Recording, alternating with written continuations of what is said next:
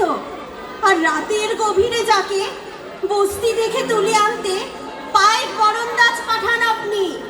আর সুসজ্জিত বিছানায় যার অপেক্ষায় অধীন হয় আপনার রাজকীয় লাম্পট্য। আমি সেই মেয়ে, আমি সেই মেয়ে। আসামের চা বাগানে ঝুপড়ি কামির বস্তি থেকে যাকে আপনি নিয়ে যেতে চান সাহেবী বাংলোয় মধ্যরাতে।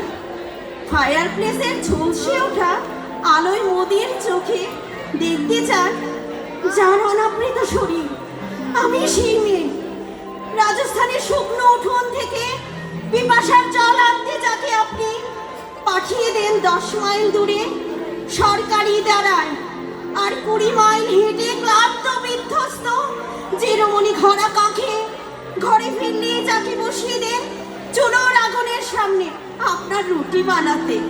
আমি সেই মেয়ে, আমি সেই মেয়ে যাকে নিয়ে আপনি মগ্ন হতে চান গঙ্গার ধারে কিংবা ভিক্টোরিয়ায়, সবুজ কিংবা সিনেমা হলে নীল অন্ধকারে।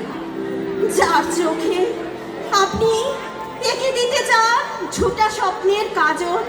আর ফুরিয়ে যাওয়া সিগারেটের প্যাকেটের মতো যাকে পথের পাশে ছুঁড়ে ফেলে আপনার ফুল সাজানো গাড়ি শুভ বিবাহ সুসম্মরক করতে ছুটে যায় শহরের পথে। কানে দেখা আলোর গধূলিতে একা দাঁড়িয়ে থাকা আমি সেই মেয়ে, আমি সেই মেয়ে। এমনকি দেবতারা যাকে ক্ষমা করেন না অহংকার আর শক্তির দম্ভে যার গর্ভে রেখে যান কুমারীর অপমান। আর চোখের জলে কুন্তি হয়ে নদীর জলে বিসর্জন দিতে হয় কর্ণকে আত্মযোগে। আমি সেই মেয়ে। সংসারে অসময়ের আমি ভরসা।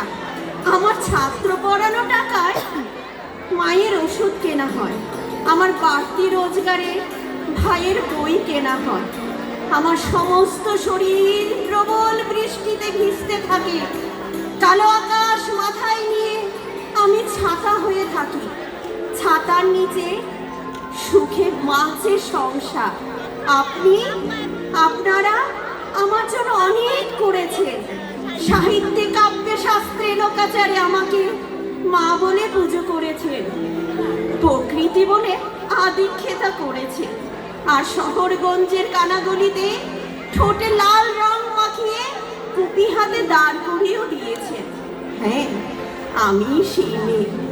একদিন হয়তো একদিন হয়তো অন্য কোনো একদিন আমার সমস্ত মিথ্যে পোশাক ছুঁড়ে ফেলে দিয়ে আমি হয়ে উঠব সেই অসামান্যা।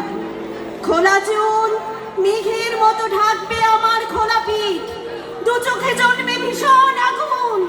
কপাল ঠিকরে বেরোবে ভয়ঙ্কর তেজ রশ্মি।